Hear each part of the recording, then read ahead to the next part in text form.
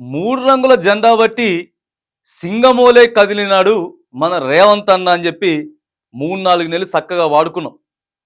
నియంత పాలన దింపాలంటే, గరిడ పాలన దించాలంటే, కేసీఆర్ని దించాలంటే మన రేవంత్ అన్నే కరెక్ట్ అనుకున్నాం. ఇక అన్న వచ్చుడుతోటే ప్రజాభవన్ దగ్గర ఉన్నటువంటి బారికేడ్లు, కంచెలు వాటన్నిటిని కూడా పీకి పడేసిండంటే సంతోషించినాం. అన్న బద్దలు కొట్టుకుంటా బయటికి వచ్చిండే అని చెప్పి సంతోషం వ్యక్తం చేసినాం. తెలంగాణ సాధించుకున్నటువంటి బిడ్డలుగా మరి ఈరోజు మనం కొట్లాడిన దానికి రేవంత్ అన్న దాన్ని నిజం చేస్తాడు, తెలంగాణ రాష్ట్రాన్ని బాగు చేస్తాడు అనుకున్నాయి ఎంతోమంది. ఇక నిరుద్యోగులు, తర్వాత సకల వర్గాల ప్రజలు, సకల జనులు కలిసి ఏదైతే సమ్మె చేసుకొని తెలంగాణ రాష్ట్రాన్ని సాధించుకున్నామో ఇక అంతా కూడా ఇవాళ రేవంత్ అన్న వచ్చిన తర్వాత చక్కగా అవుతుంది. ఆ కంచెలు ఒక్కరోజు పీకుడితోటే మొత్తం బద్దలు కొట్టేసిండు అన్న అని అనుకున్నాం. కానీ ఏమైంది? మళ్ళీ ఏం జరుగుతుంది తెలంగాణ రాష్ట్రంలో? మళ్ళీ అయ్యే కంచెలు, అయ్యే బారికేడ్లు, ఇగో అదే కథ, అదే ముచ్చట జరుగుతున్నది. మరి మార్పు ఎక్కడది?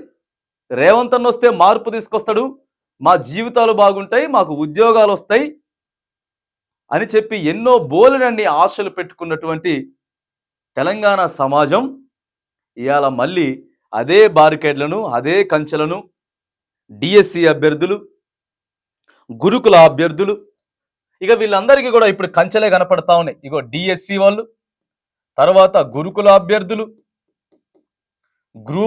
గ్రూప్స్ అభ్యర్థులు, ఇక ఎవరైతే జీతాలు రానటువంటి అంగన్వాడీలు కానీ, లేకపోతే ఆశా వర్కర్లు కానీ, లేకపోతే నర్సులు కానీ, ఇక వీళ్ళందరికీ కూడా ఇప్పుడు బారికేడ్లు, ముళ్ళ కంచెలే కనపడతా ఉన్నాయి. మరి ఏంది రేవంత్ అన్న?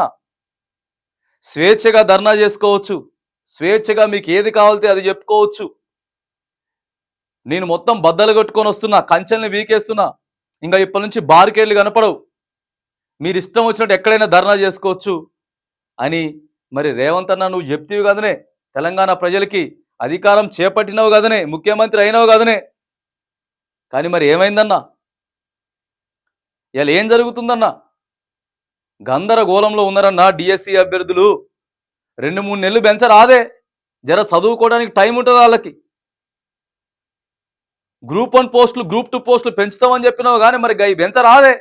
మన తెలంగాణ బిడ్డలే కదా, ఈ ప్రాంతం కోసం కొట్లాడిన బిడ్డలే కదనే. నీ కోసం ఓట్లేయమని చెప్పినట్టు ఆ బిడ్డలే కదనే అంగన్వాడీలు, ఆశా వర్కర్లు.